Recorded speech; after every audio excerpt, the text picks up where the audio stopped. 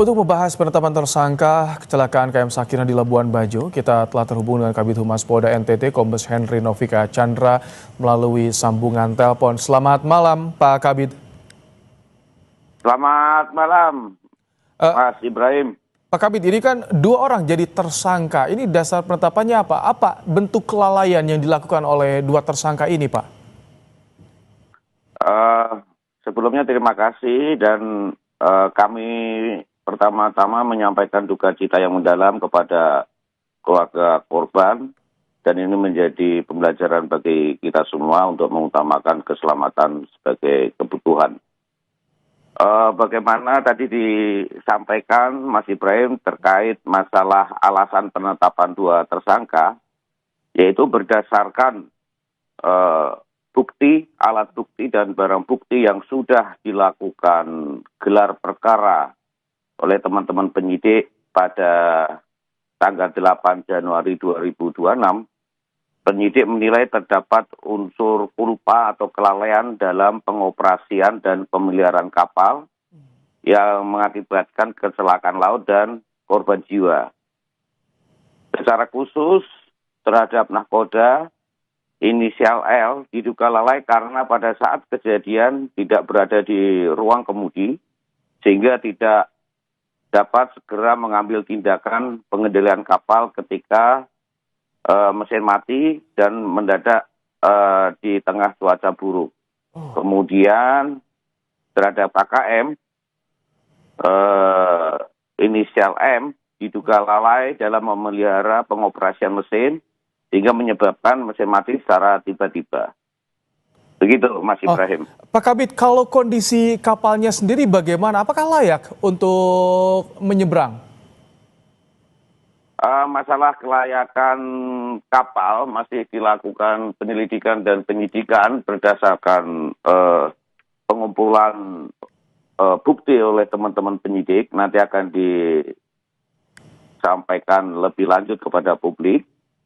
Sementara kita tetapkan tersangka dulu untuk nahkoda dan juga KKM yang dengan menggunakan pasal 359 Kitab Undang-Undang KHP tahun 1946 yang kita contohkan pasal 330 Undang-Undang nomor 1 tahun 2023 tentang KUHP yang baru. Dan kita contohkan pasal 20 huruf C Undang-Undang yang sama. Seperti itu Mas Ibrahim. Kalau saat kejadian, dua tersangka ini apakah ada upaya untuk menyelamatkan para penumpangnya, Pak Kabid? Termasuk ketersediaan life jacket bagaimana di sana?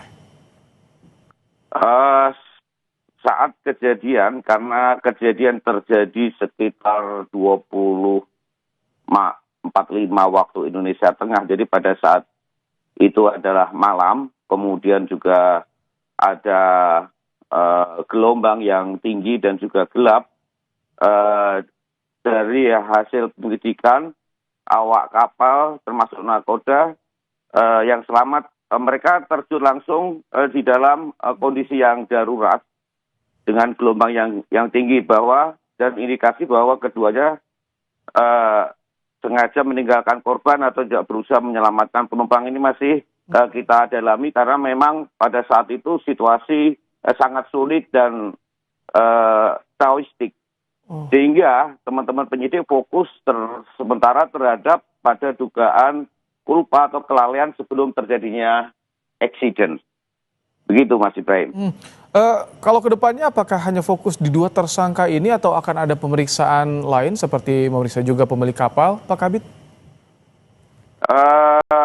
Di dalam peristiwa ini penyidik masih terus melakukan penyelidikan dan penyidikan dan terus berkembang. Dalam hal ini penyidik dari Satreskrim Polres Mabar, Satpol Air di backup oleh penyidik dari Polda Nusa Tenggara Timur, baik dari Direktorat Pol Air maupun Direktorat Kriminal Khusus, masih melakukan pengembangan dan pengumpulan bukti, baik barang bukti dan alat bukti, sehingga bisa terjadi ditemukan peristiwa pidana yang lain, Mas Ibrahim. Jadi masih di dalam proses penyidikan sehingga bisa menjadi terang benderang di dalam peristiwa tragedi kecelakaan laka laut ini. Kombes Henry Novika Chandra, Kabid Humas Polda Nusa Tenggara Timur, terima kasih telah menyampaikan informasi terkininya dalam program Kompas Malam hari ini. Terima kasih Pak Kabid.